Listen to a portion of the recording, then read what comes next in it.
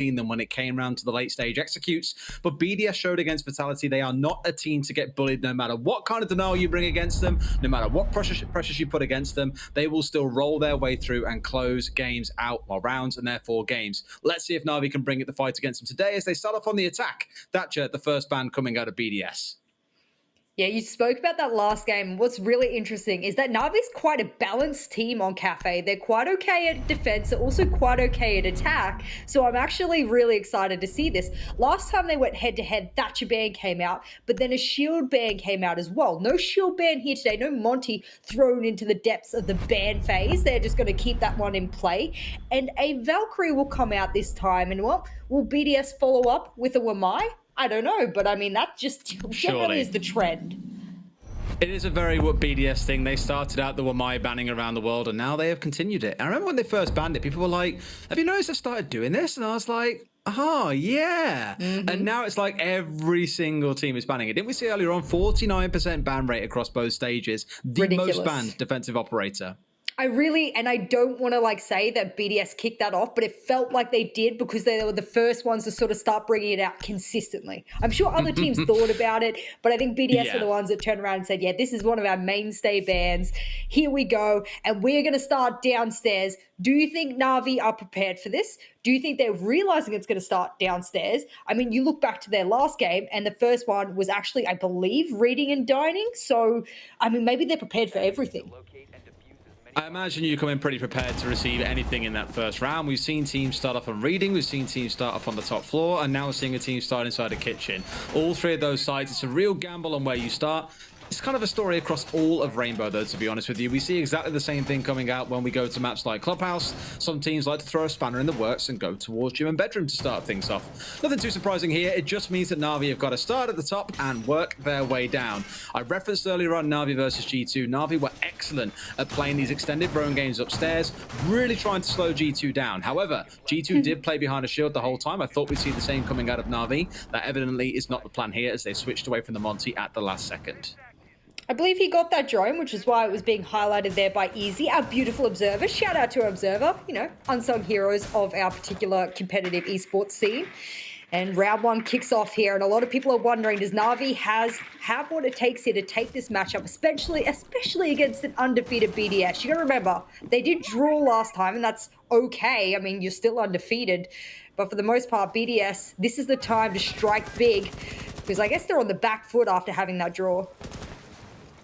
I mean, the one thing they are trying to do here is take the fight straight to NaVi, as you can see in their picks. Both of the denial coming out of the Kaid, probably picking that one up from Vitality in the incredible denial game they had against BDS on Clubhouse.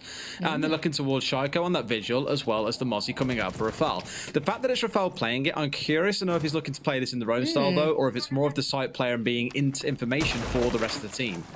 That's a really good pick up there, because Rafal is usually the kind of one that would play something like a Goyo or a Kaid or that flex support player. So now he's going more aggro, I would say, with that kind of operator pick. So that's really cool. Oh my God. Hello? I mean, I get it. Visual lines, he's nearby, but you don't think he's that nearby.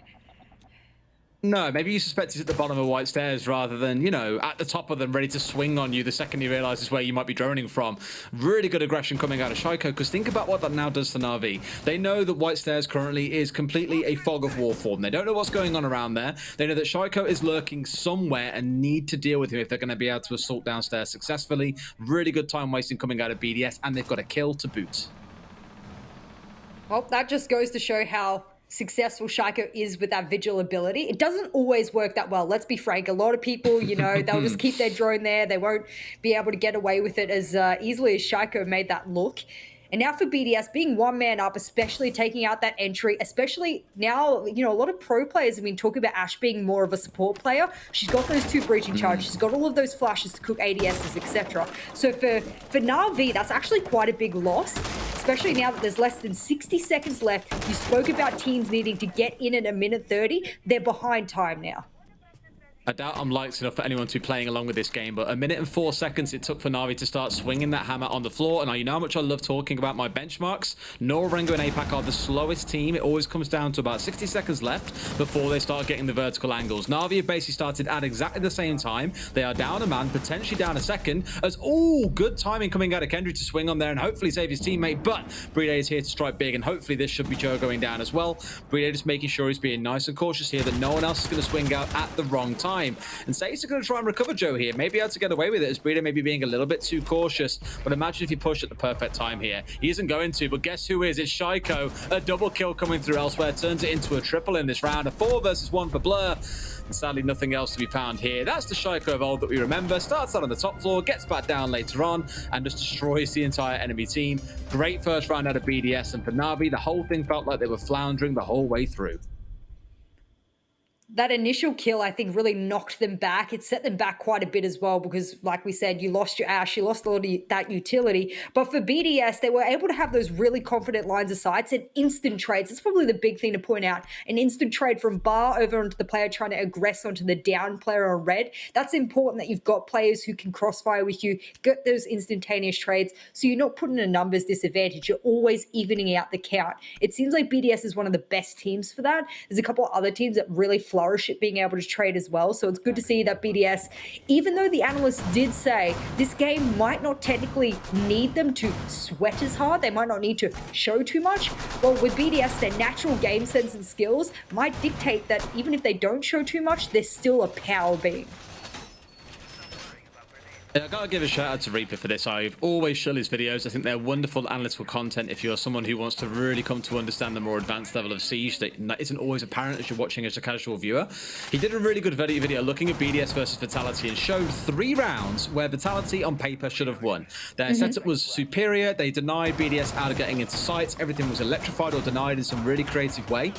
BDS just rushed the site and win 3 rounds on gun skill alone. It's unbelievable that they have that kind of capability despite being strategically outplayed. So that's one thing I'm always watching out for here is teams can look at BDS and go, okay, we know how to beat them. Look at Rogue last season on Oregon when they hard countered BDS and completely shut them down. That was BDS's first loss all season long because the team prepped for them. It almost looked like it was going to be the same against Vitality, but it ended up being 6-6. They aren't undefeatable. They are just arguably the best in Europe when it comes to clicking on heads. Well, they're not even on attack yet, so they're going to have to click heads here on defense, and they're doing quite well of that. I think it's thrown NaVi into a little bit of a whirlpool here because now they've got to collect themselves and try and get as many attacking rounds as possible. I said they're quite a balanced team. I still hold true to that fact given statistically what they've shown here on this map. So I do expect them to get at least a couple of these attacking rounds, but not if Shaiko hits heads every single round as the opening kill. Joe, you may have stepped up into EUR, my friend, and think, mate, I'm going to go and click heads on windows and doors. There is a guy called Shaiko and many other names on this team. Vincere springs to mind, Brede as well, who will be happy to challenge you for that king of fragger spot that you might be looking towards. That's the Nomad down and out. It's not the most crucial loss. You still have things like the Ash, the Zofia, the frag grenades of the Sledge, as well as those all-important Selmas. But either way, it's still such a critical loss to have removed from the team. We'll always point that out, and well, unfortunately, a mute jammer has gone shooting into everyone's ears, and well, hopefully that gets fixed soon. And if not, well, we'll see exactly what happens. It seems like every game we manage to have someone just absolutely blast their ears away, but that's okay for NaVi. They're going to hope that they can get this next pick. No trade for Joe means that they are 1 man down. We always talk about how that is really dangerous on attack to be a man down. The defenders don't have to risk their lives here. All they have to do is wait. And now that we're getting down to the 60-second mark, this setup here, Go-Yo Shield's still up, everything's still to play here for BDS. They know that someone's playing over in Freezer. Drone's gone, thank goodness, and that means we do get our sound back. There we go. But no one's destroyed the shield yet. Can Doki knock an Ash breaching charge through there? I wonder what's stopping this. Either way, can't get it through as they're running out of utility pretty fastly and running out of team members' lives, apparently. Brede and Vincere are bringing down 2. One more domed up as well by Shaiko. I was going to say that, look, 3K coming in, but it turns out to just be a second as Alem collects Doki to close the round out. And it almost feels, this doesn't feel like a cafe game, right? And I completely appreciate the lineup coming out of BDS is very utility heavy. You had the Evil Eyes, you had the Goyo Shields, you had the Mute Jammers as well. There was a lot stopping NaVi moving forward there. This is the kind of thing I imagine and expect to see coming out in Theme Park. back. And I recall Navi playing against Tempera, where they just completely denied Tempera from even getting through Cash when they were trying to push the top floor. Navi aren't even getting through Piano or Cigar at this point. They are being held back. And on the downstairs, didn't even get a sniff at the site. It was all the action happening around red stairs, with Shaiko with that opening kill. They aren't being allowed to play Siege so far by BDS, and this is looking pretty scary if this carries on for the next 4 rounds. Next site will be Fireplace and Mining Room. I'm excited to see how they play this because I actually consider this site to be the off site. Out of all of the 4 sites, this is the one that I would generally say is one of the hardest to hold. People you usually see reading, top floor, bottom floor played first. But for the most part, BDS says, you know what, let's give it a snap here, let's give it a go. And we will see Shaiko back on that Vigil. I don't think he'll have the same success, but let's just point out very casually here, he has a 5 KD at current. So that's, you know, at least 2 KPR. And furthermore, I do want the viewers to understand that what you're seeing here from BDS, the way that BDS have played these first 2 rounds, they make it look easy. Now, I also want to say that NaVi haven't necessarily played this badly. It's just that BDS are so good, they make it look so easy. It's a couple of small things for Navi at the start of the round, like Doki not being aware of where the Vigil might be, and then Joe getting banged off the window by Shaiko. Like, that's going to happen to everyone, mate. Don't feel too bad about it. But it's the small things at the start of the rounds that are slowing Navi down that, again, is stopping them being able to play Siege. Let's see if here they can find the opening kill. They can slow things down a little bit, because both opening kills so far have gone the way of Shaiko. Vincere is still trying to set up there, and Saves just slaps that breaching charge of Fireplace window. He's lucky it wasn't a hot breach because he actually might have been able to take Vincere off guard. I wonder exactly what Navi's plan of attack is here. For the most part, for those middle floor sites, you expect teams want to be able to get top floor. You expect that they want to get that sledge above and start ripping everything apart. That's what Blur's there for. Look at all those drones from Navi. They're doing their due diligence here, Des. They want to check that everything's okay for people to get in because you don't want Doki to be slapped off the face of the earth again, so they are trying. They are trying and knowing what they need to contest as well, and with this wall not fully reinforced, Duck can get the way in towards bathroom and then start looking in white corridor. But you did have both Alem and Bride holding towards white, and you can even see Rafael tucked in as well. So there are 3 of them holding up here. Alem at a moment's notice coming back on the second floor, but for now he's holding up towards the top side. This is the kind of setup that we saw Navi bring out against G2, so they should know how to break this apart. And Sage drops straight in through Skylight, removes Rafael in the default spot for a Maestro normally, and that does remove the Doc from playing on the top floor. And with that kind of key position now lost with control of Cocktail, forfeited, Alem is going to say, look, no reason for me to stay here anymore. Back down, White Eye go, and I'll see you guys in 30 seconds or so. Well, now they have top floor control. They actually really didn't need that Cocktail control because, I mean, depending on what plant they try and do, they didn't actually need to open up above it. What they need to open up above is train and mining, of course, if that's what they want to try and go for a B plan. That castle's actually helpful for the attackers. So for the most part, I hope they keep it close. That's why you can see Vincere prepping it now. He'll pop it with his melee about 11 times, leave it as a 1-hit, and if they need to come bursting through, that's exactly what they'll do. If it comes down to it. It's interesting seeing Shaiko being the site player as well on the Vigil. Like, yes, it helps you hold those more aggressive angles out towards the windows where you can't be droned out or yellow pinged easily as no one can see you. Doki's going to find a 3rd kill. That saves with 2, Doki with 1, and we spoke about finding the opening kill, but for Navi, they found all they need on the top floor. Now you've got to deal with the final boss. It's Vincere, it's Shaiko, 2 of the best players for BDS when it comes down to stats, but look at that. They burst into sight and no one can deal with the angles they're coming in from. That's a flawless round coming out for Navi. What a contrast we saw compared to the previous 2 rounds. Yeah, really well done there from Navi. They composed themselves. They had a heck of a lot of drones zooming around. Both Blur and Doki shot themselves into top floor. I kind of argued they didn't even need Cocktail control, but Save said, yeah, I want it, so I'm going to get it. He's lucky to walk away with his life after a C4 from below once Bride had rotated down Laundry Hatch. Nonetheless, a very confident round from Navi. And I often say to a lot of people is that the first few rounds, teams are trying to feel each other out. I know they've played each other before, but the big thing is, how do they play on the day? Are they playing aggro? Are they playing passive? Are they trying to go for picks? Are they playing really vertically? How do we need to judge up, square up our opponent? I think Navi worked it out. They decided drones were the answer, speed a little bit alongside those drones, and it really helped them. And also be mindful of a potentially roaming Shaiko. That was another big one too. The 3 playing on the upstairs, I think they knew who was playing around Cocktail anyway. So it wasn't like it was the the biggest worry for them. What I will give to BDS is now in every single round, by the looks of it, they have brought along a Mozzie or a Mute. Consistently, every single time one of them has been brought along. So clearly, mixing that with the Vigil, there is a big focus on denying those drones coming out of NaVi and using that advantage of the lack of intel to then capitalize, find the opening kill, stick a thorn in their side mid-round, whatever it might be, to disrupt NaVi a little bit, make them uncomfortable, and then look to close the round out off the back of that. In the last round, that couldn't succeed as they were playing a little bit more static with the Mute, and clearly there's no real big worries on the side of NaVi. They managed to burst their way through Bathroom, even though there was a Mute jammer down, I believe, just on the white corridor doorway.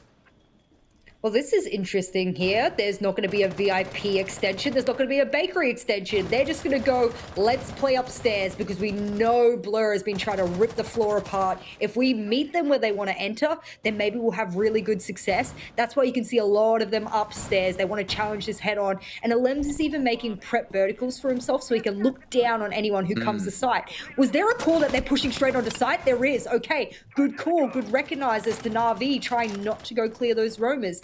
This might be a fatal mistake for NaVi, however, because guess what? Alems is setting up more verticals above. Oh no, if you don't clear this, boys, there's going to be big trouble. It'll be hard when you've got that smoke holding above, and it's not really the operator you think of playing above sometimes. You think of someone else who, obviously, admittedly, with the help of the smoke from Reload to open the holes up, will be looking to contest. But it's all about the angles that he can hold here. Deny them on the entry point, and this is a cheeky drop as well. God. If he can just hold that, literally half a second earlier, could have found himself a kill. Look.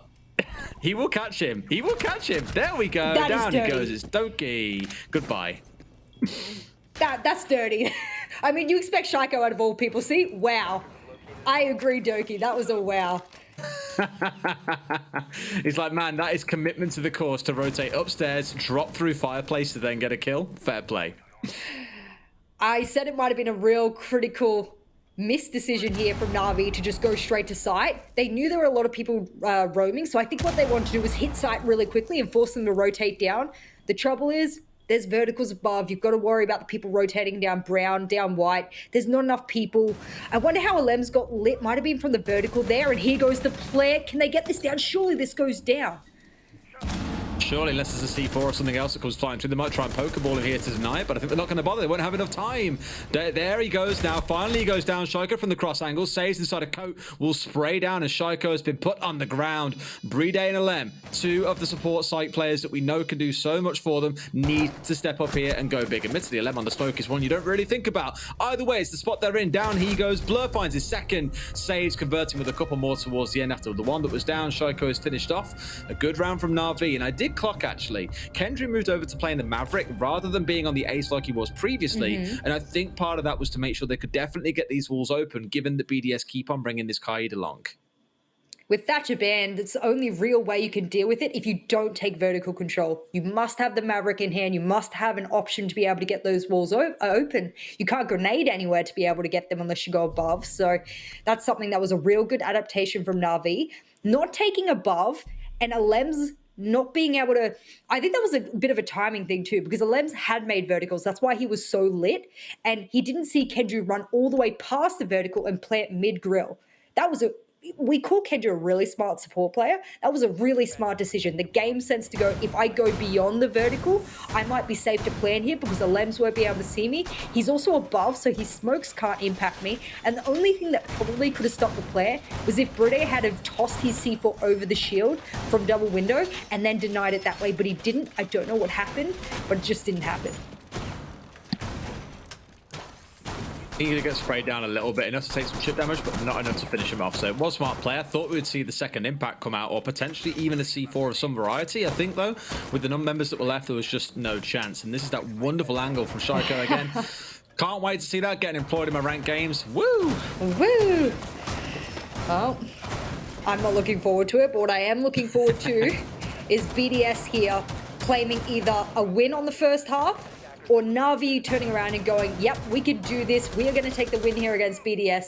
Because once you move on to the defense, things look a little bit smoother. That's how you sort of predict these kind of maps, especially maps as big as Cafe. You generally turn around and go, yeah, for the most part, we should be A-okay to get a little bit more defensive rounds than our attacking rounds. And Doki's already lit up from the get-go. I can only imagine that was Shaiko from the window, because who else could it be?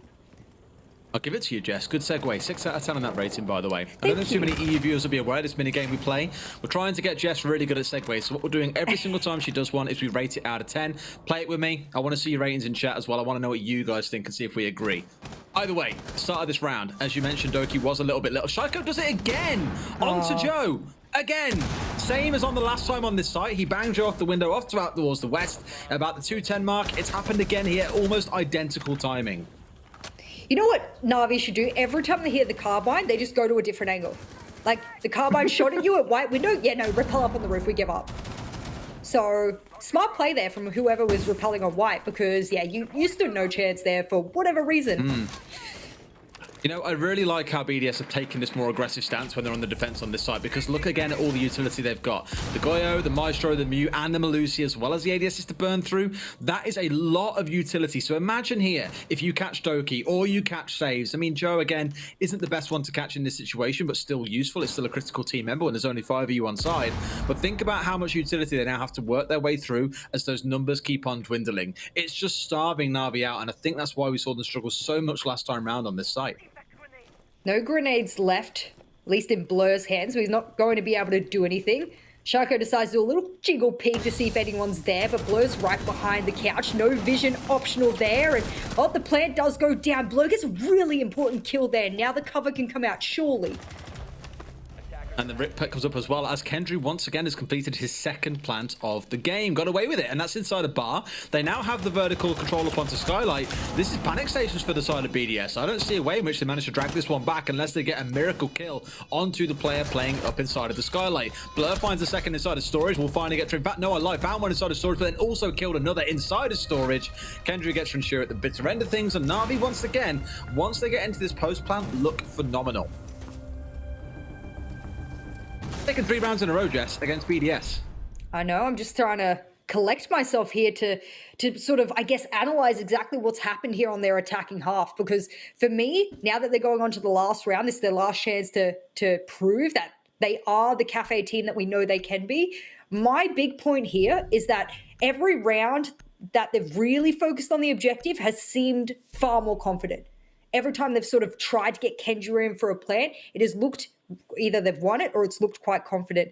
My big takeaway from that, and I spoke about this last time NaVi played, was when they won Tokoname finals, Pro League finals in Japan. They had the most plants in the entire league by far.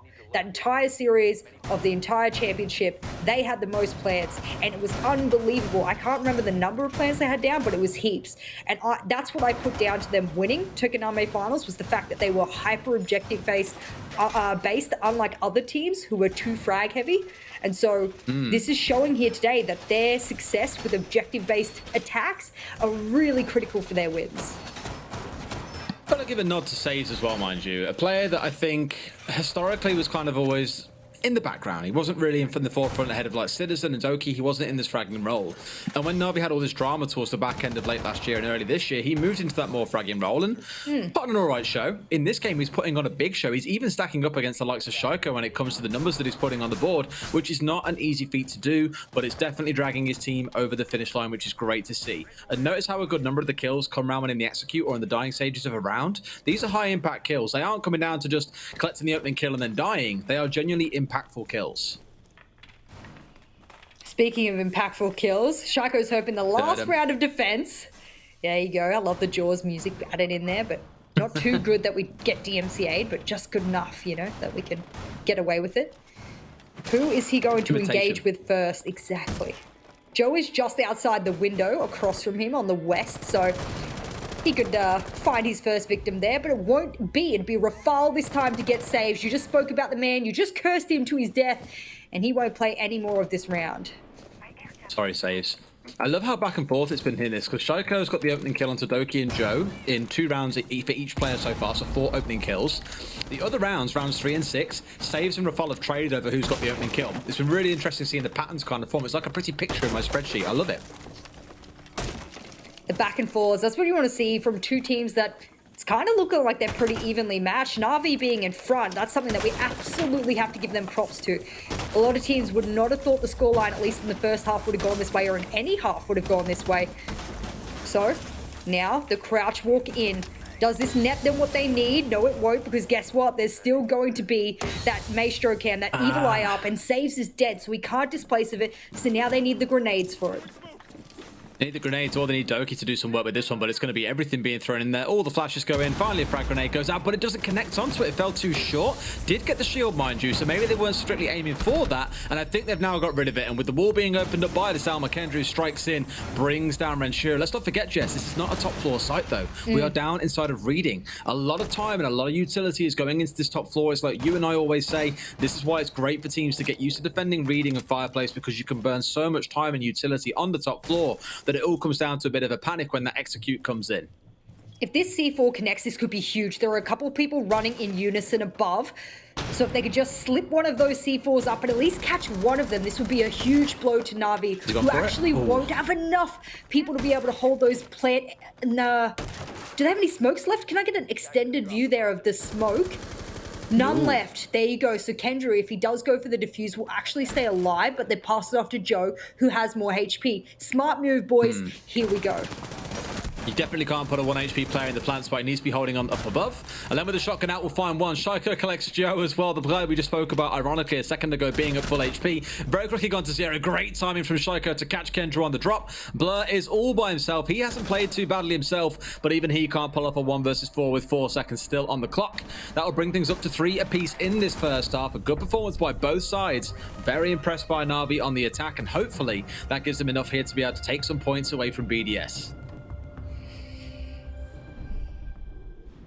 Moving on to the second half now. I'm very impressed with what I'm seeing from NaVi, especially when you go into the second half, all things level. It's not something that a lot of teams get the pleasure of doing against BDS, because for the most part, they're always on the back foot trying to scratch back, trying to get somewhere against BDS. And for now, well, the attacking half of NaVi has looked pretty damn good. And if you're BDS, you're a little bit worried because, I mean, if we look, and again, I hate to harp on the stats here, but if you're looking over at BDS's history, for the most part, they've been pretty defender-sided as a team as a whole.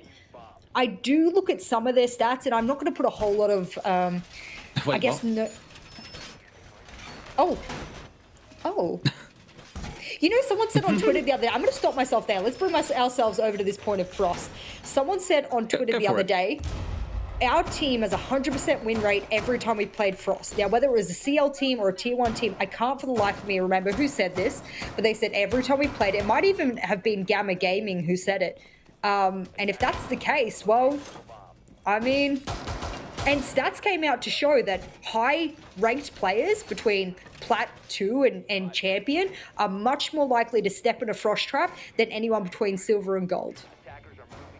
You're just so used to not seeing the operator get picked up, and also you got to consider as well that the placement of the frost mats is going to be a little bit smarter at the higher level than, hey, there's that really obvious window that everyone jumps through and drones out. Let's put a frost mat down there. So I appreciate it. You can make a big impact with it. We did see one go down from him outside the double window, down outside of prep as you come in towards the kitchen. Clearly hopeful that late round someone is going to come sprinting through and try and make an impact from that position, and we'll dive straight into it.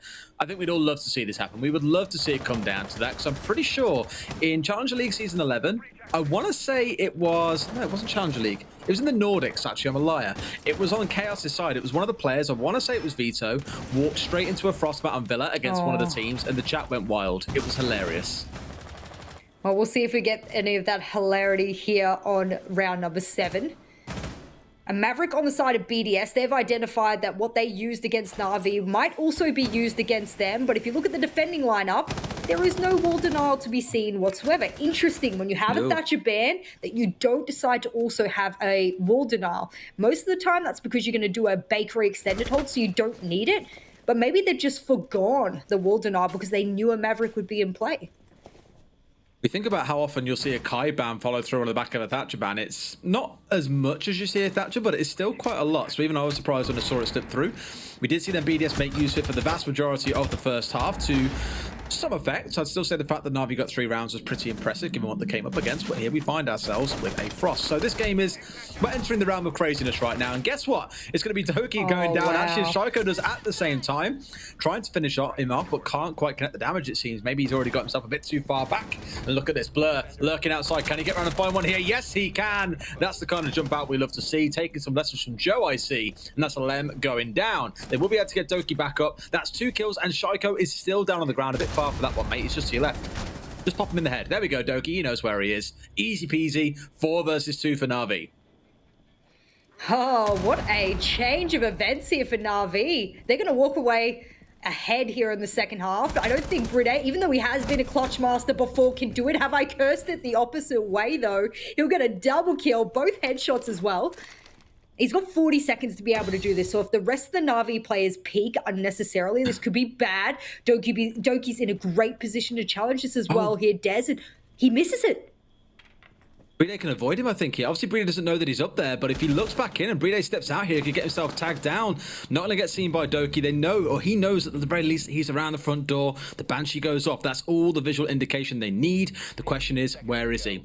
Bride's got to make a move right now. Tries to go for the swing round onto front desk. Knows that there's one on the stairs. I think hears him. Knows one's inside here. Gets the one. It's a triple kill. But I think already the Doki has legged it. He wants no part of this. He's going all the way up red stairs. The little man's done for today. Doesn't want to take a final fight against the big bad bully that is Bride. NaVi take round number 7 and pull themselves into the lead.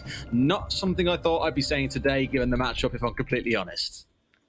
Oh, cat and mouse, cat and mouse. That's exactly what that end of that round looked like there. Smart play from Doki. Even though he did miss, he actually was right in holding that pixel angle, I think, on that red stairs there over towards double door. I think holding an open wide angle gave Bride a little bit too much to be able to play against a really low HP Jaeger. So well done to Doki.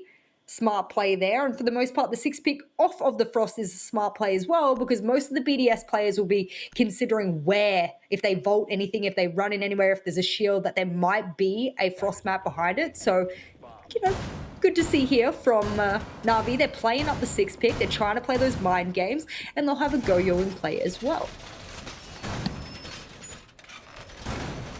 Okay, let's see if they can pull this off.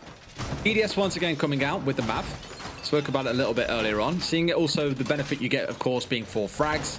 Lots of ability to get kills from above when you're playing on the lower sites, or even here to clear out those the gadgets at distance. Isn't a massive heavy focus, I guess, on the utility piece for NaVi. And when I'm saying utility here, I'm looking at things like the Melusi being brought along as well. They've foregone the difficulty the Banshees bring along, and instead have gone towards playing ye old Muta Mozzie way before Wamai Jaeger was a thing.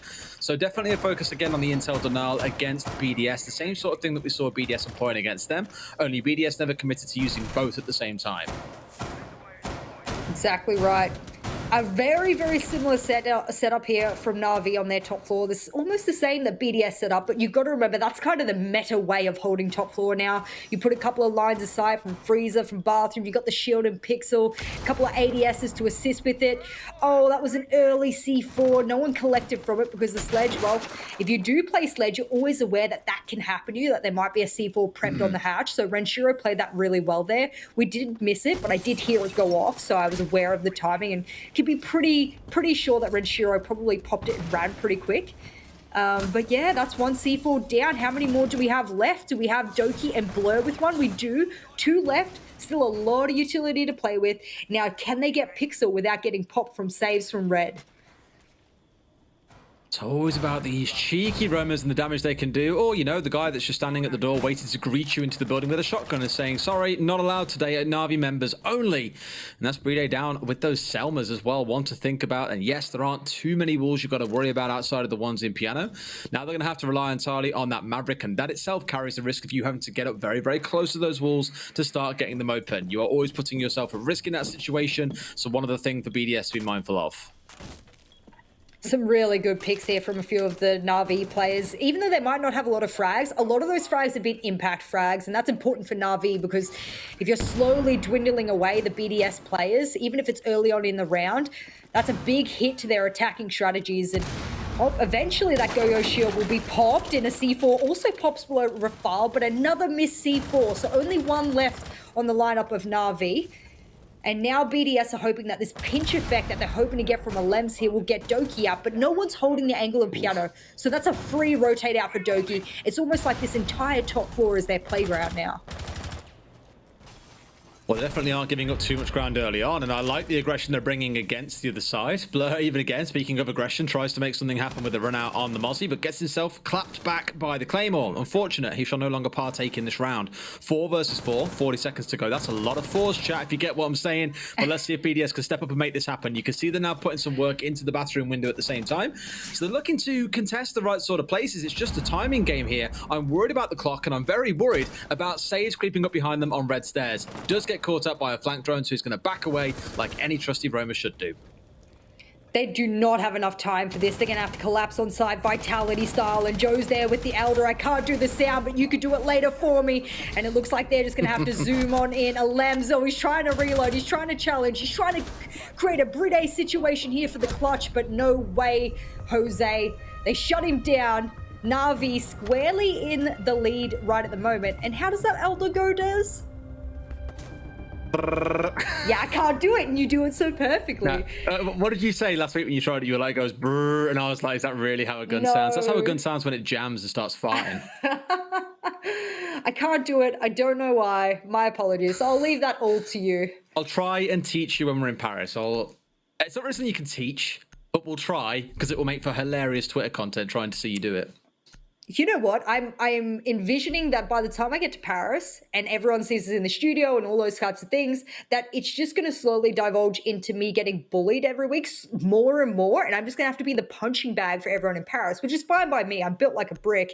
But, you know, it's really? You got to come to the gym with me. Last time I went to Alex at SI. I was going to say, last time I went to the gym, I was pressing more than Alex. Mind you, he had a shoulder problem, but you know, that's my ego drive for the day. Well, when you're not being helped out much in the height department, Jess, sometimes you'll take the whole weightlifting thing as well. Let's get into it. I'm actually looking forward to not being bullied for being the small person, because you'll be the smallest, and that'll be the best part. But speaking of small things in this case, Doki and the boys are stepping up big in this game. 5 and 3. You've got to drop them in there. That's how you do a segue. 5 and 3 in this game ahead of BDS. No one could have ever predicted it would come down to this. One more round and they guarantee at least a point against BDS. And we spoke around how NaVi have now been sucked into this relegation scrap. They are that close to being dragged towards this ninth place fight. Even a single point against BDS is more than pretty much every team has achieved all season long, and what an outcome that would be. I really, really enjoy seeing the Frost, because there's a lot of people, especially in Tier 1, who have just absolutely crapped all over a lot of these operators that aren't part of the meta and gone, they're useless. But if a team can find a good use for them, whether it's map dependent, whether it's strat dependent, whether it's a shield dependent, utility dependent, then so be it. I love to see it. That's what we want. And now the BDS are on the back foot here. And when I say the back foot, 2 whole rounds behind in a deficit here. This is NaVi's game to take. Don't choke it here, boys. You've done really well so far. One more round and you secure yourself at least 1 point. And while with shots like that, you might secure yourself 3. I mean, that was confusing because BDS were playing Micro Machines for the first few seconds there, charging inside of the building through that hatch, and still had no idea that Blur was playing on stage, and he gets a free kill for it. And now Shaiko, having been the one to trade that kill back onto Blur, gets taken out by Doki. It's almost like there's a few corners that BDS are cutting here in part of their panic, because if they got a couple of drones inside Piano, I think they would have seen where Blur was and known that trying to hot drop in like that was not the plan again.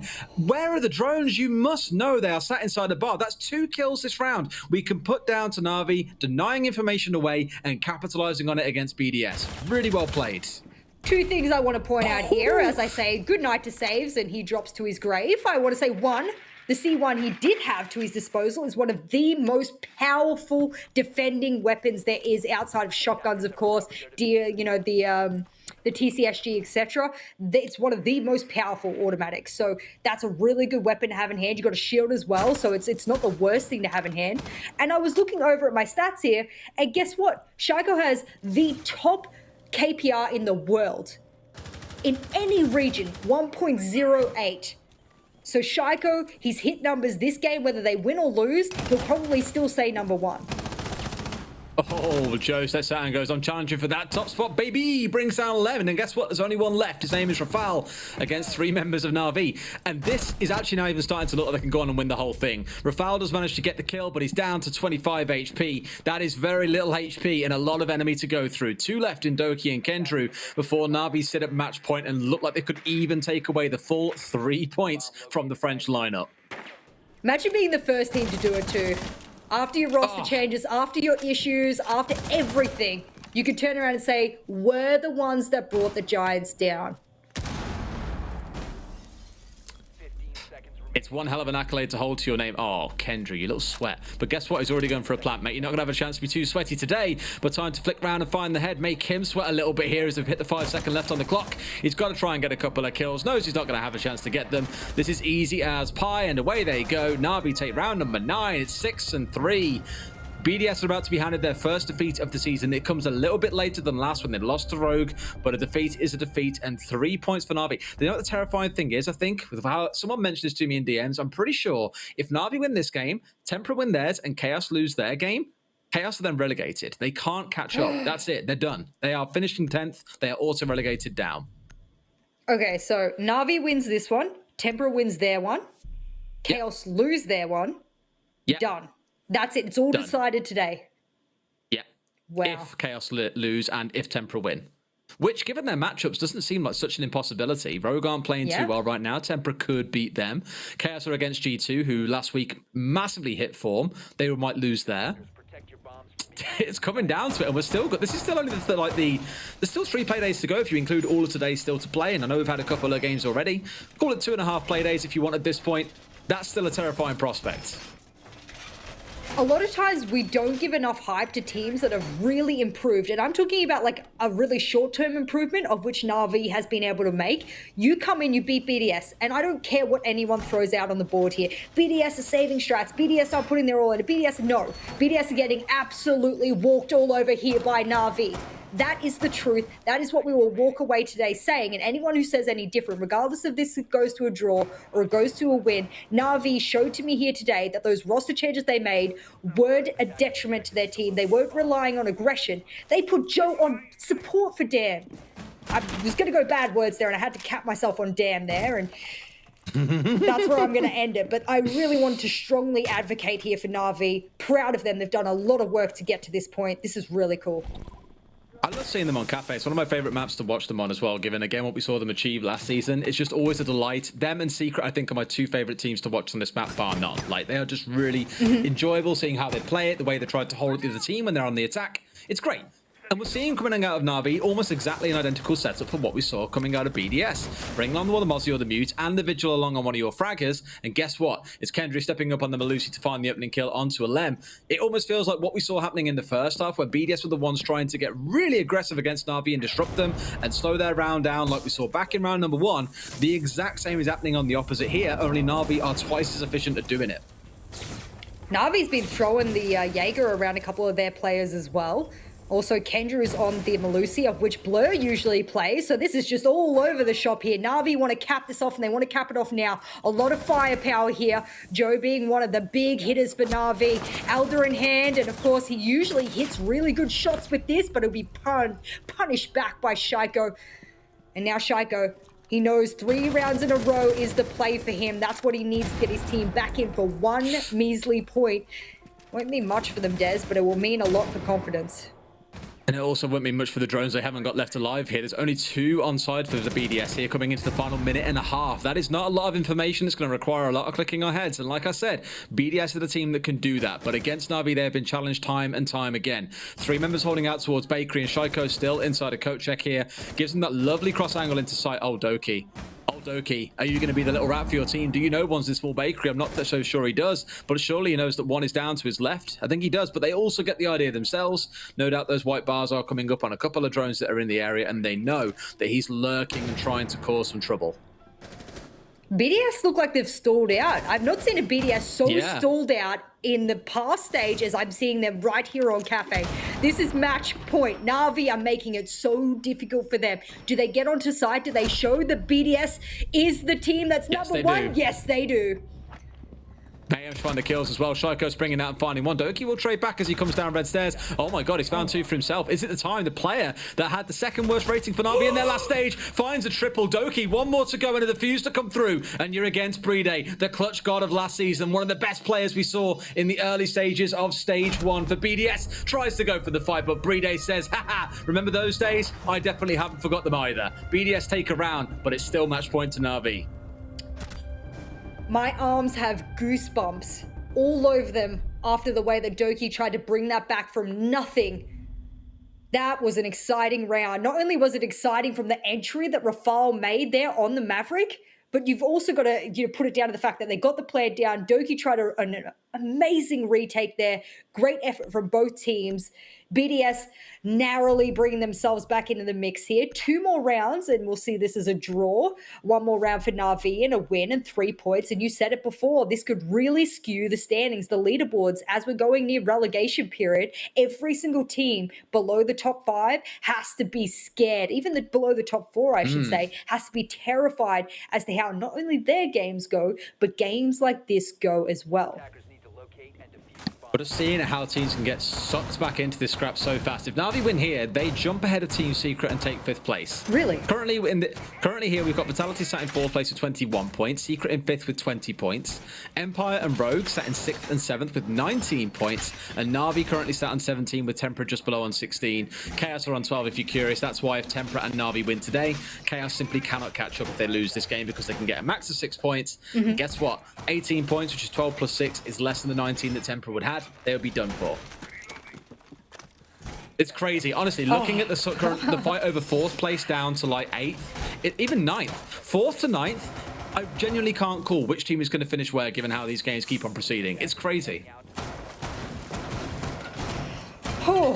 We love exciting games. We had one in EUCL on Friday, and now we get yet another here between NaVi and BDS. We had Giant Slayers in EUCL. We're getting Giant Slayers here today. You love to see it. We are blessed to be able to watch these kind of games and this kind of growth of players, whether it's tier 1, tier 2 or beyond. And now Blur, he's back on the Malusi, and roles have, bottomed out as we expected to. Kendra back on the support, Joe also back on support. Saves on the Jaeger and giving Doki the opportunity to go back onto the Goyo. So things for NaVi now have calmed down a little bit. They're not sort of swapping things around, not musical chairs, musical roles or operators at the moment. This is good. I love how for the longest time we saw the issue with NaVi when they first picked up Joe was that he would be at every window and doorway early in a round trying to cause trouble and being picked off and losing them a crucial member quite early. So they said, here, take this really slow operator with an even bigger gun. Here's a big shiny toy to distract you from the fact that you're now playing the support role and sit and play under Maestro. He isn't passive. He doesn't sit back and sit on cams all day long. I know that he is now, and it's quite ironic I'm saying that, but he is the kind of player who will step up and clutch when his team needs him to. He reminds me a lot of Aces on Rogue, when Aces on maps like Oregon likes to play the Maestro. Both of them are absolute frag gods, and you can rely on them in the mid-round if things start going pear-shaped to step up and find a couple of kills. And it's a wonderful change for him and a play style that really, really suits him. Halfway through the round now, and they've finally got rid of that Goyo shield that was hosting Doki in Pixel. And that's good. I think BDS understand exactly what is needed to be able to get rid of the utility. But beyond sort of the beginning of the round, BDS start to stall out. It's like NaVi are really putting a pin in their side and saying, you can't come any further. And they're also not giving them the peaks that I think BDS usually thrive off of. That's probably the biggest point here that I can see is that NaVi are playing a little bit more passive in the way that they peak. They're waiting for BDS to get closer. And as a result, if you don't do Rafale-like plays, you're going to lose out. Wonder what they're looking to go for then through the Scarlet, but it was just clearing out a little bit of utility. And you were right, you can see how NaVi had holed themselves up inside of storage, and that's what BDS was so determined to clear. Otherwise, they sit behind the shields inside of storage, they start popping you as you walk inside a piano. It makes piano untakeable, you can't get inside the building. You've got to make sure those shields are gone first and foremost before you can look at doing anything else. Shaco's got to hit this shot, or the Maestro doesn't need to peek. It is Joe, so I do expect him to swing on around and have a little firefight if he wants. Those extra 7, 8 bullets are very important because guess what? You got to hit the head of Rafale. Can you hit the head of Shaiko as well? Shaiko will swing in, and guess what? Joe's just the better player here. But the trades are coming in. Des, the plant will go down. C4 raids up from Doki. That's probably what will give them the round here because it's all up to Bride. 4 seconds left. Not enough Oh, time. wow. This is it. This is NaVi's game. Giant slayers that they are. They will take down BDS in the first loss of stage 2 here for BDS. NaVi will be the ones. That was an incredible map by NaVi, and for the longest time, BDS have always been hyped up as a big cafe team. Not strictly their favorite map, but they played very well on it. I remember watching them against Fours back at the start of the year and thinking they look a little bit shaky on attack. And even here today, NaVi have really rattled the cage that contains BDS and gone, boys, guess what? This ain't going to be a flawless stage for you. We've got a few words to say about that. And with that, I think NaVi